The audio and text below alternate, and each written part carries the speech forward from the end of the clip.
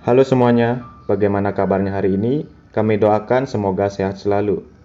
Perkenalkan, kami dari kelompok 6, mahasiswa profesi nurse. Pada kesempatan ini, kelompok kami akan membawakan penyuluhan tentang pencegahan COVID-19. Oke, untuk mengefisienkan waktu, kita akan mulai ke video pembahasannya. Apa itu coronavirus? Coronavirus merupakan keluarga besar virus yang menyebabkan penyakit pada manusia dan hewan. Pada manusia biasanya menyebabkan penyakit infeksi saluran pernapasan, mulai dari flu biasa hingga penyakit yang serius seperti Middle East Respiratory Syndrome atau MERS dan sindrom pernapasan akut berat atau Severe Acute Respiratory Syndrome atau SARS. Coronavirus jenis baru yang ditemukan pada manusia sejak kejadian luar biasa muncul di Wuhan, China pada Desember 2019. Kemudian diberi nama Severe Acute Respiratory Syndrome Coronavirus 2 atau SARS-CoV-2 dan menyebabkan penyakit Coronavirus Disease 2019 atau yang seperti kita kenal sebagai COVID-19. Bagaimana penyebaran virus COVID-19? Masa inkubasi COVID-19 rata-rata 5-6 hari dengan range antara 1-14 hari namun dapat mencapai 14 hari atau 2 minggu. Risiko penularan tertinggi diperoleh di hari-hari pertama penyakit disebabkan oleh konsentrasi virus pada sekret yang tinggi. Orang yang terinfeksi dapat langsung menularkan sampai dengan 48 jam sebelum onset gejala dan sampai dengan 14 hari setelah onset gejala. Periode presimptomatik karena memungkinkan virus menyebar melalui droplet atau kontak dengan benda yang terkontaminasi. COVID-19 utamanya ditularkan dari orang yang bergejala ke orang lain yang berada jarak dekat melalui droplet.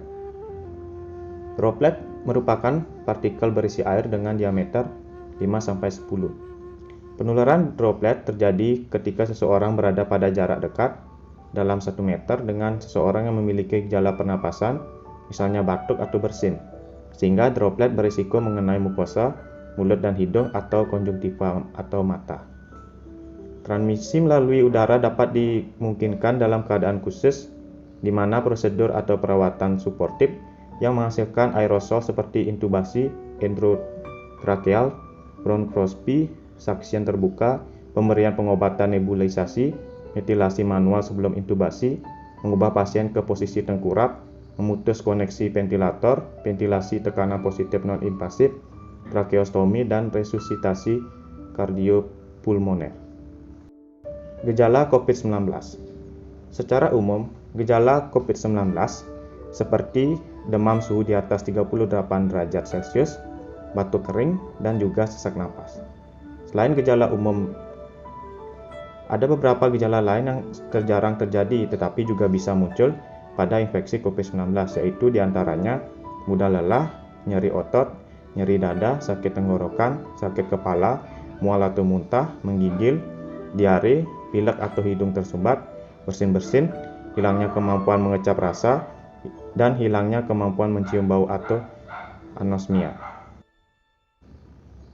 Bagaimana cara pencegahan COVID-19? Ada beberapa cara untuk mencegah penyebaran virus COVID-19. Yang pertama itu ada mencuci tangan. Mencuci tangan dengan sabun dan air mengalir serta bilas setidaknya 40-60 detik. Cuci tangan dengan air dan keringkan dengan handuk bersih atau kertas sekali pakai. Jika tidak ada fasilitas cuci tangan, dapat menggunakan pembersih tangan berbasis alkohol atau hand sanitizer minimal 20-30 detik. Dan juga WHO menyarankan untuk menggunakan teknik 6 langkah dalam mencuci tangan. Selanjutnya ada menutup mulut dan hidung ketika bersin atau batuk menggunakan tisu atau sisi dalam lengan atas. Tisu yang digunakan dibuang ke tempat sampah tertutup dan cuci tangan dengan sabun dan air mengalir setelahnya atau menggunakan hand sanitizer. Cara pencegahan selanjutnya ada menggunakan masker kain atau menggunakan masker medis. Menggunakan masker kain bila harus keluar rumah, tetap jaga jarak dan lakukan cuci tangan pakai sabun dengan air mengalir. Ganti masker kain setelah 4 jam dipakai, cuci hingga bersih setelah dipakai. Selanjutnya ada jaga jarak setidaknya 1 meter dengan orang lain. Jika terlalu dekat, maka bisa menghirup droplet dari orang yang mungkin menderita COVID-19. Berikutnya ada tetap di rumah atau WHF, work from home. Hindari kontak dengan orang lain dan berpergian ke tempat umum. Hindari berpergian keluar rumah saat Anda merasa kurang sehat atau merasa sakit, terutama jika Anda merasa demam, batuk, sulit bernapas. Segera hubungi petugas kesehatan terdekat dan mintalah bantuan mereka.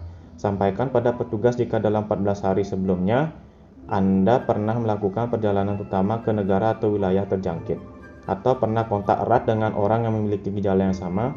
Ikuti arahan dari petugas kesehatan setempat.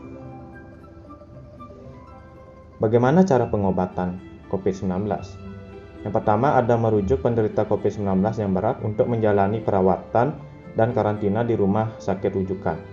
Yang kedua, memberikan obat pereda demam dan nyeri yang aman dan sesuai kondisi penderita. Yang ketiga, menganjurkan penderita COVID-19 untuk melakukan isolasi mandiri dan istirahat yang cukup. Dan yang terakhir, menganjurkan penderita COVID-19 untuk banyak minum air putih untuk menjaga kadar cairan tubuh. Vaksinasi COVID-19. Apa itu vaksinasi COVID-19? Vaksinasi COVID-19 merupakan salah satu upaya untuk menurunkan penderita COVID-19, menurunkan tingkat keparahan penderita COVID-19, dan menurunkan angka kematian akibat COVID. Vaksin merupakan virus yang dimatikan atau diinaktifkan sehingga tidak berpotensi menular. Vaksin yang dimatikan namun masih mampu menimbulkan antibodi dalam tubuh sehingga bila ada virus aktif masuk dalam tubuh sudah bisa langsung melawan. Dan juga mempercepat tercapai herd immunity atau kekebalan kelompok. Nah, untuk teman-teman semua yang belum vaksin COVID-19, tidak perlu khawatir atau takut karena vaksin COVID-19 yang pertama itu aman, tidak mengandung bahan-bahan yang membahayakan. Yang kedua, efikasi, mampu memberikan kekebalan pada orang yang menerima vaksin.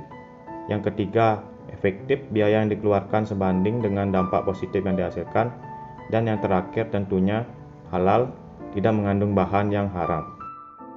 Setelah teman-teman melaksanakan vaksinasi, maka akan muncul gejala atau efek samping seperti nyeri, kemerahan, bengkak di lokasi suntikan, demam ringan dan menggigil, kelelahan, nyeri otot dan persendian, dan juga sakit kepala.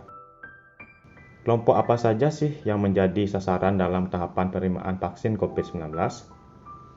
Yang pertama itu ada petugas kesehatan sebagai garda terdepan dalam pemberian layanan kesehatan. Yang kedua ada TNI atau Polri, aparat hukum dan petugas pelayanan publik lainnya. Yang ketiga tokoh masyarakat atau tokoh agama, pelaku perekonomian strategis, perangkat daerah kecamatan, desa, RT atau RW. Yang keempat, guru, dosen, tenaga pendidik, TK, SD, SMP, SMA, dan juga PT yang berperan penting dalam memajukan pendidikan. Yang kelima, ada aparatur pemerintah pusat, daerah, dan legislatif. Dan yang terakhir, kelompok usia produktif dan berkontribusi dalam sektor perekonomian. Baik, itu tadi materi penyuluhan tentang cara pencegahan COVID-19. Semoga bermanfaat. Akhir kata, kami ucapkan terima kasih dan salam sehat.